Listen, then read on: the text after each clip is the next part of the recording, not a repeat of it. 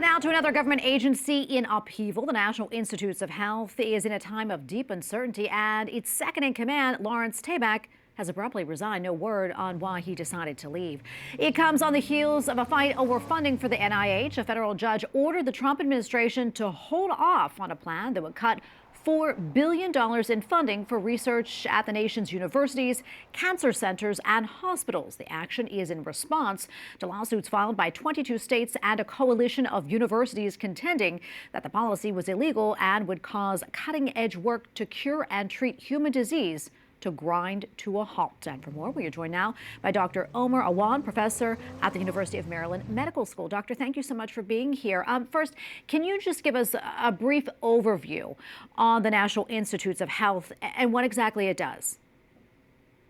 The National Institute of Health is critical for safeguarding health and allowing for widespread dissemination of important research and information to the American public. So anytime there are important research studies that are published, they oversee those, and they oversee the ethics regarding those. They oversee how these research and this critical information is communicated to the general public. And, this is particularly important with respect to all public health threats, infectious diseases, cancer. I mean, the list goes on and on. So you can see how widespread of an effect that the NIH has for American public health. Yeah, and if these cuts are enacted, what type of impact will it have, and who could be impacted?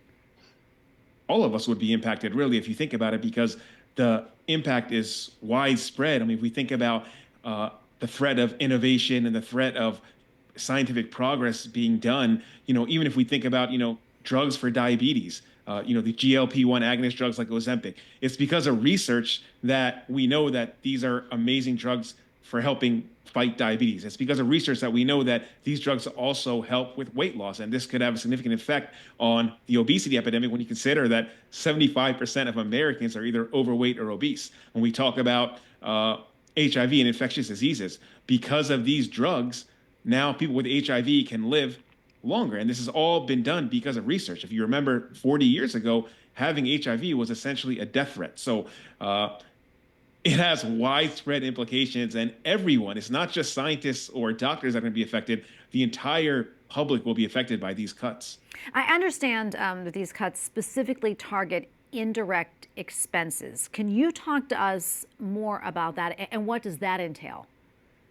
So there's always direct costs and indirect costs. I think we have to understand what direct costs are as well. So direct costs are costs that are related specifically to research. So like laboratory or funding, the salary of the scientist or the physician that's actually doing the research.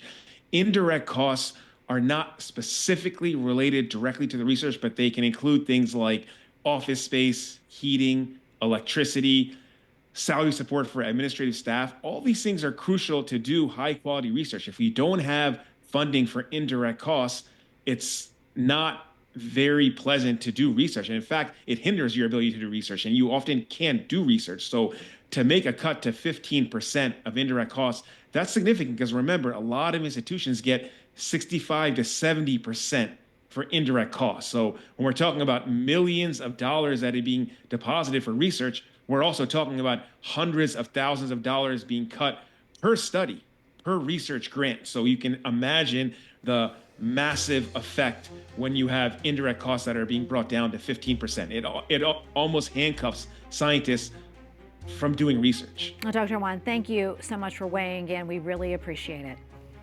Yeah, my pleasure, Tracy.